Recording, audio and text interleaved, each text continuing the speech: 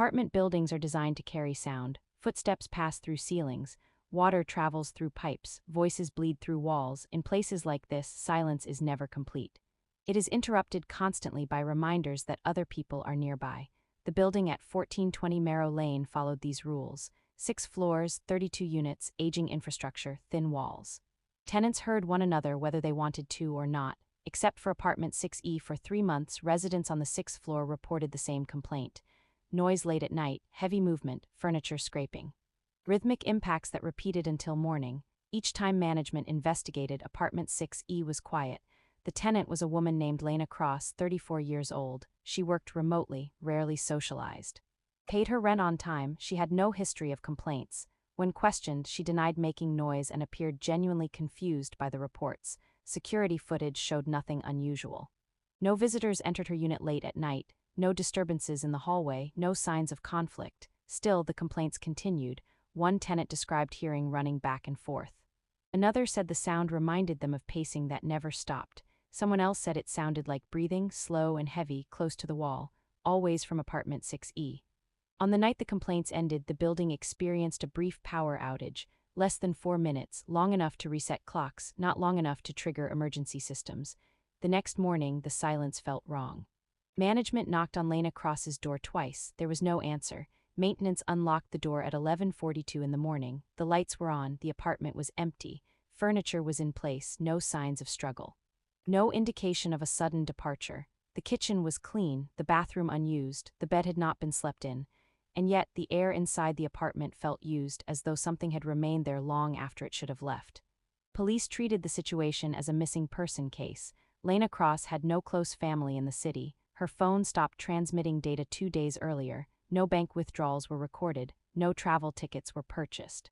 During the initial search, officers noticed something subtle. The floor near the bedroom showed faint compression marks. Not footprints, but shallow indentations, as if something heavy had remained in one place for extended periods. Thermal scans taken later showed irregular heat retention along the interior walls, residual warmth without a clear source. Water usage records showed that apartment 6E had not used water in over 48 hours. Yet the pipes running through the walls behind the unit were warm. Neighbors were interviewed again. Their stories aligned more closely this time. The sounds followed a pattern: movement, stillness, movement, always beginning shortly after midnight. One resident described it as something learning the space. The building was inspected for pests, mechanical failures, or structural damage. Nothing was found. 3 days later, during a secondary search, an officer noticed something behind the bedroom closet. The back panel was warmer than the surrounding wall. It came loose with minimal pressure. Behind it was a narrow vertical space running between floors, old construction, an abandoned utility shaft that did not appear on modern building plans. Wide enough for a person to stand inside, but not wide enough to turn comfortably. The walls were scuffed. Skin oils darkened the surface at shoulder height, marking repeated contact. Fibers collected at the base of the space matched Lena Cross's clothing. She had not left the apartment. She had been sharing it. Further inspection revealed that the shaft extended upward into the ceiling void above apartment 6E, allowing movement between units without entering hallways. The noises reported by tenants had not been coming from Lena's living space. They had been coming from inside the walls. Lena Cross's body was discovered days later in the ceiling cavity above her apartment.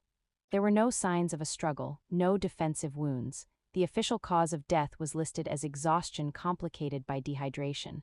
The report concluded she had become trapped. It did not explain why the movement continued after her death. The building was quietly renovated. The shaft was sealed. Tenants were relocated temporarily. No public statement was issued beyond a brief notice citing structural safety concerns. Years later, while reviewing closed cases, the narrator noticed a familiar